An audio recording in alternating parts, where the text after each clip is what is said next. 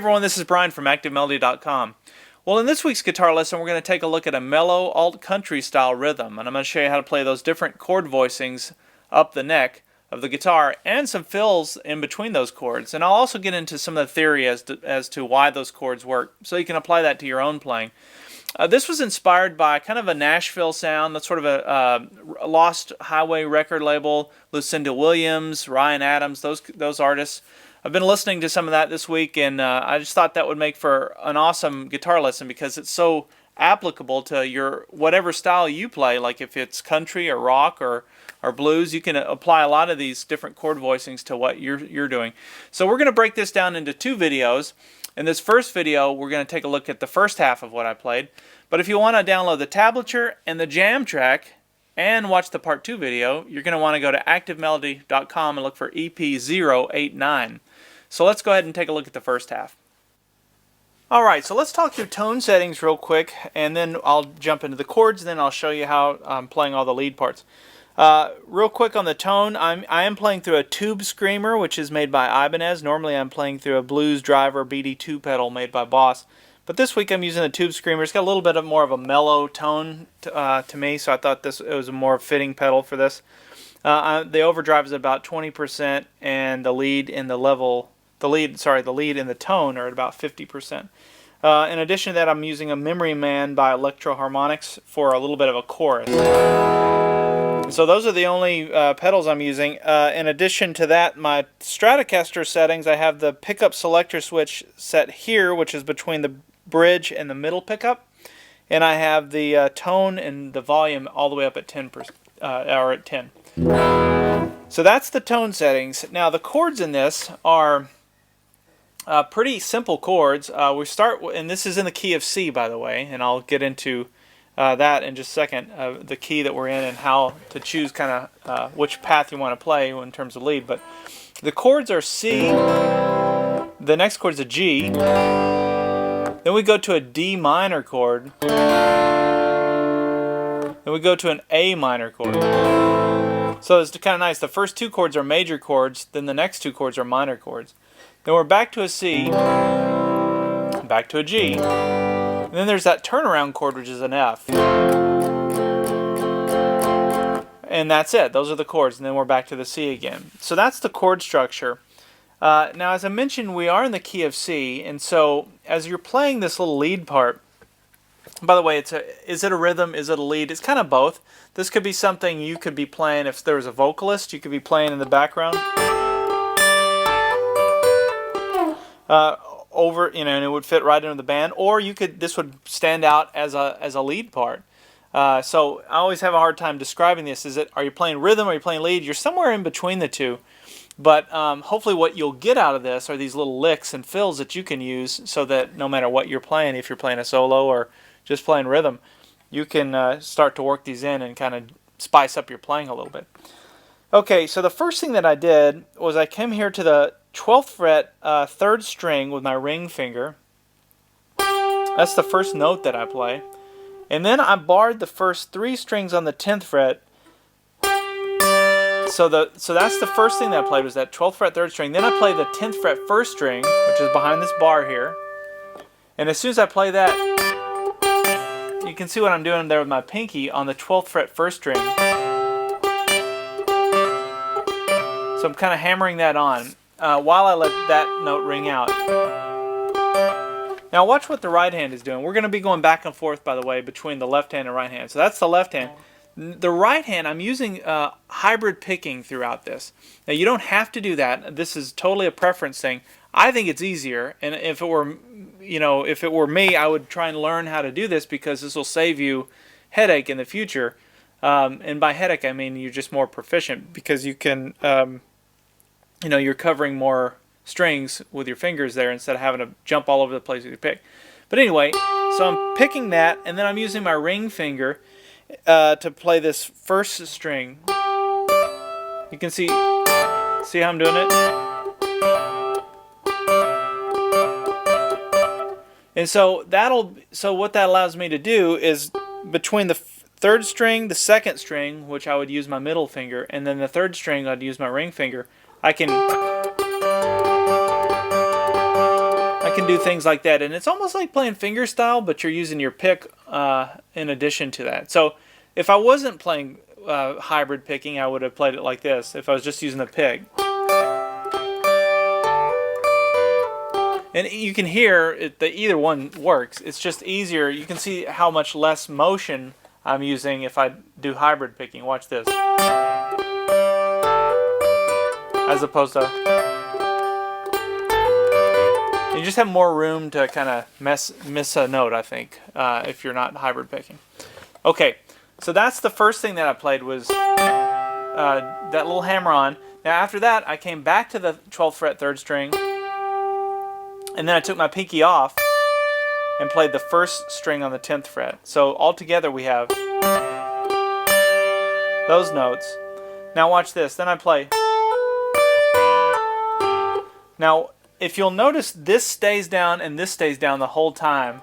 And what we're going to do here is we're going to go back. We're going to start on the 2nd string now. So now that you know that the fretting stays in place, this hammer-on, or your pinky, is going to be hammering on this time on a different string. It's going to be hammering on to the 2nd string on the 12th fret. So I'm using my middle finger to pluck the 2nd string, hammer on here with the pinky onto the 12th fret 2nd string.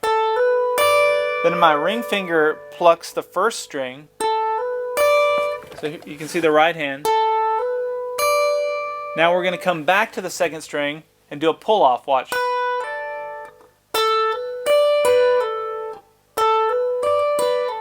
So you can see the plucking that's happening with the right hand is just... So it's pluck, pluck, pluck. Okay, so let's back up. Up to this point we have...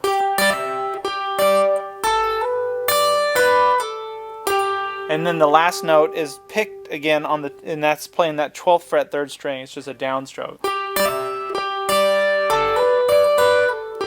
Now, where are these notes coming from? So as I mentioned, we are in the key of C, right? There it is. So if we're playing a bar chord, C major chord with a bar, that I always like to find the bar chord because that becomes home base for me. So I know wherever my bar is, that's my root fret. So this is your root fret in the key of C. Now from that, this is how I visualize it. This is a little trick here. So wherever my ring finger and pinky are in that major bar chord, you can see how they're both crammed into the 10th fret here. Well, if I skip a fret, which would be the 11th fret, and then I go up one more fret, I can always play that fret in relation to where this is, where this major bar chord shape is. And I can always do that, and I can always have that double stop. Now that's important because if you're playing the key of C, you can always slide up and play that a little bit, an octave higher. Now here's how you can use this in your playing beyond just this lesson. Let's say you're in the key of A. Let's follow that same little theory there. So wherever these two fingers are, doesn't matter the fret number, just look at the sort of the shape. So we're going to skip a fret and we're going to come up here. So watch this. We're in the key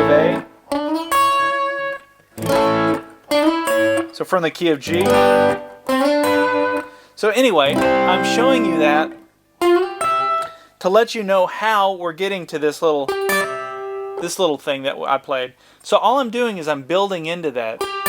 Just like a pedal steel player would do. If a pedal, you hear them play, they build into these chords.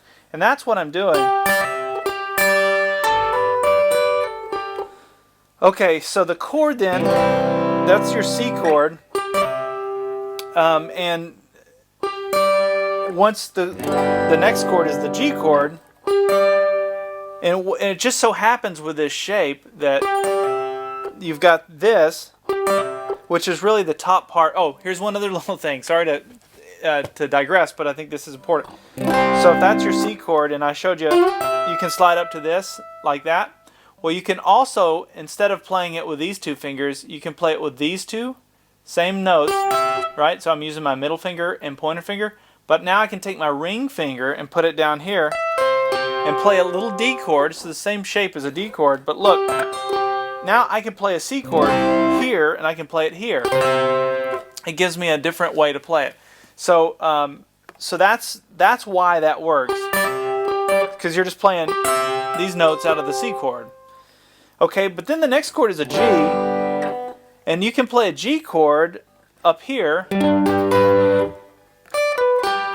So you could play, you know, if you're playing just the top 3 strings, it would be the 10th fret 1st string and the 12th fret 2nd and 3rd string. So that's a different way to voice a G chord. So that's why, if you look at how all these are crammed together, you're covering both the C part and the G part for this. And that's kind of why it works. So some of that you'd have to dissect a little bit, and if you're trying to improv this in the beginning, you're thinking, well, how would I have ever just went to that on my own? Well, you probably wouldn't. You're going to have to kind of structure this stuff a little bit, but break it down. If you're taking a song, and what will happen over time is you will be able to kind of improv. You'll learn little things like this little thing. You can just go to that now. Once you practice it a few times, no matter what song what style you're playing, if it's blues, if it's country, that's going to work. But same with these little runs. You can start to use those over chords too. Okay, so the next chord after the G was that D minor.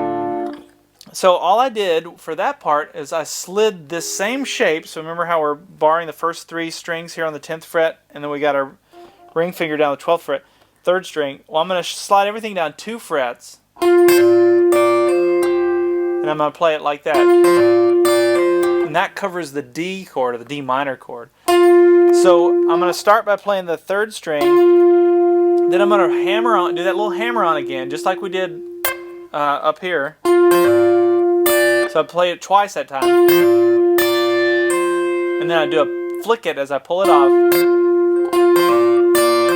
See how I'm doing a pull off there? Now, then I take my middle finger and play that note, which is the 2nd string. And that's really the 8th fret 2nd string, which is covered in this bar. Alright, so let's back up. So what we have thus far is we have...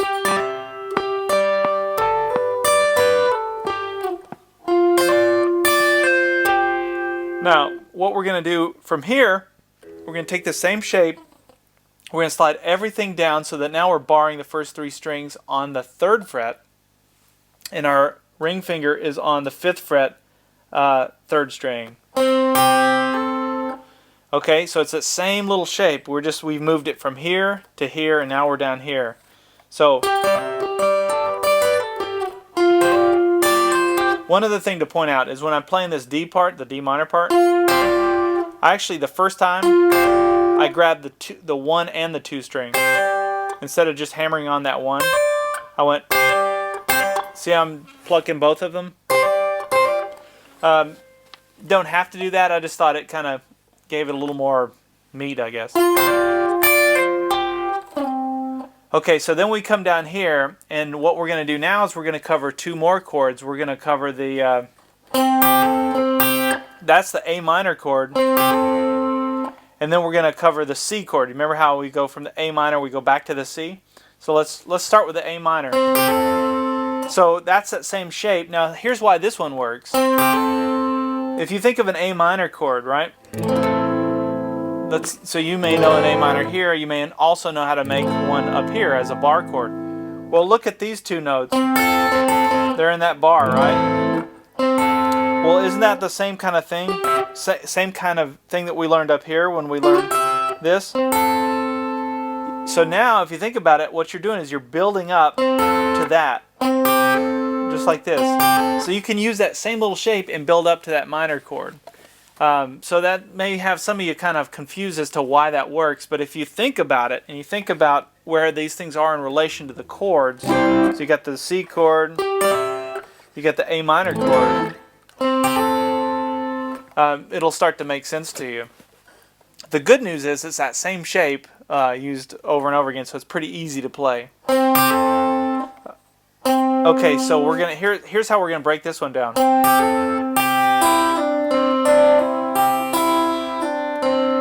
Now watch, if you notice the fretting is very simple. It's that same thing. We're just going to hold that down the whole time, that little shape.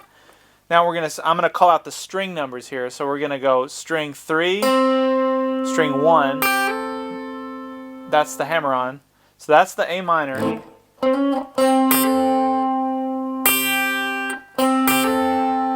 And then we're going to take the pinky off, and then we're going to play.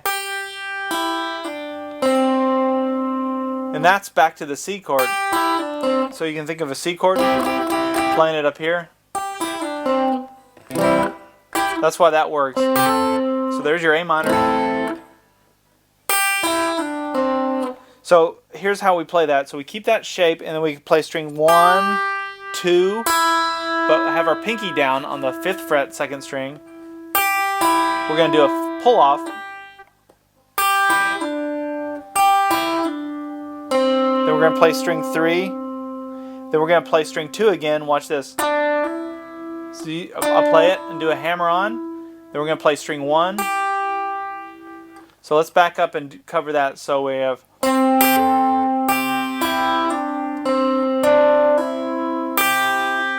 Now we're going to come back to string 2. Do another pull off. And then string 3. So it's kind of a mouthful, but if you see what I'm doing, I'm just really playing everything here with my pinky. And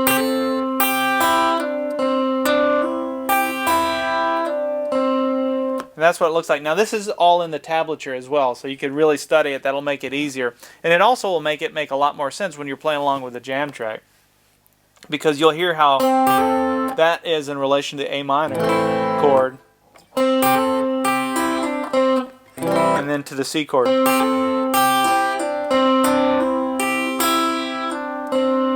Okay, so let's back up and play everything up to that point. I'll play it through it slowly. We have.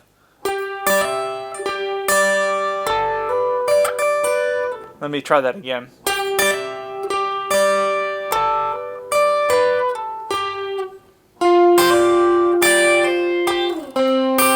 Notice how quickly, by the way, we switch from that D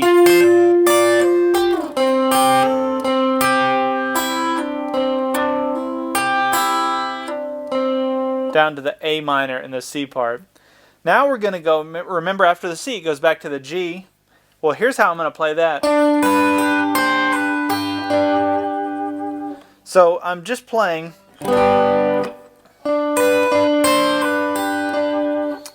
a D chord, D shape rather, but I'm playing it up here. So remember I showed you how you could do that up here. If we're playing the C, I showed you that's a different way to make a C. Well, same thing with the G. So you can make a G here. It's using the same theory. And the only difference is I'm using my pinky to come in on the 8th fret 1st string. So I can go do a pull off and just kind of pick apart the chord. So, alright, so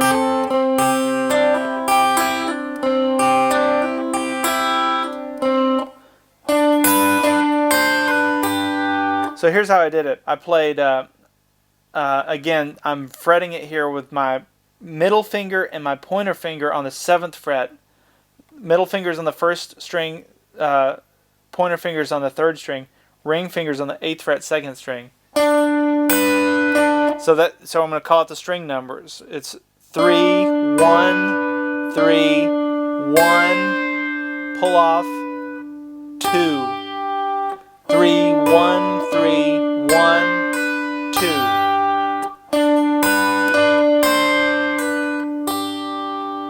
Okay.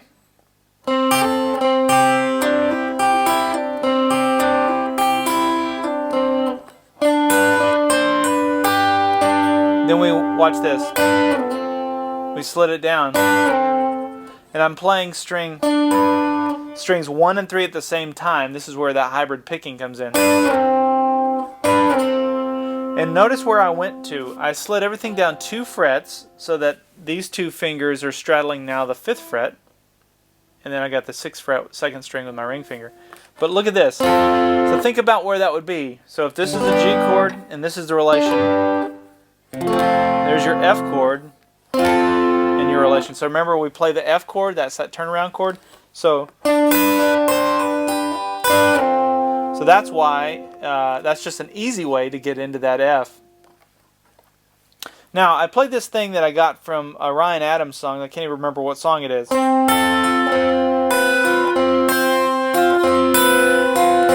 I just love that.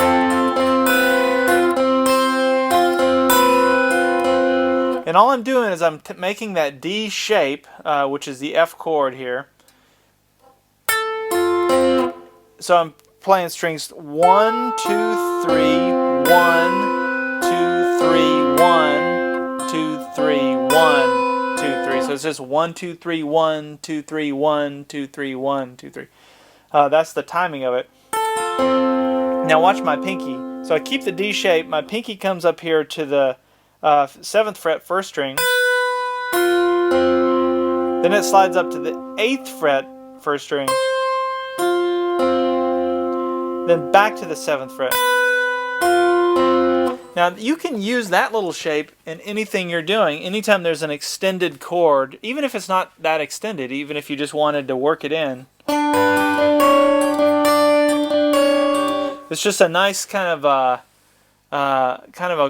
cool. It gives you a real, almost an unsettling feeling.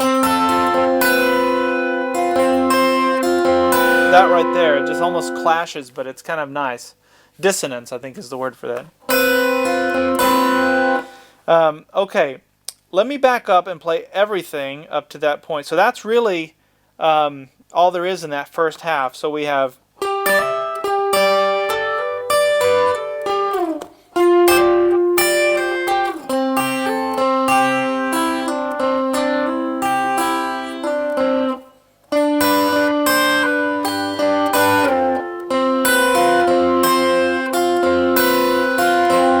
And then I go right into part 2, which has kind of these little Mark Knopfler style licks. Okay, so that's all we have for part 1. Hopefully you're following along and understanding where these chord shapes are coming from. And remember, start using these in your own playing. If you're playing, play along with the radio or your favorite album, or if you've got a band, that's even better. But try and work them in. If you're playing a G chord, remember now you have a different way you can do it, and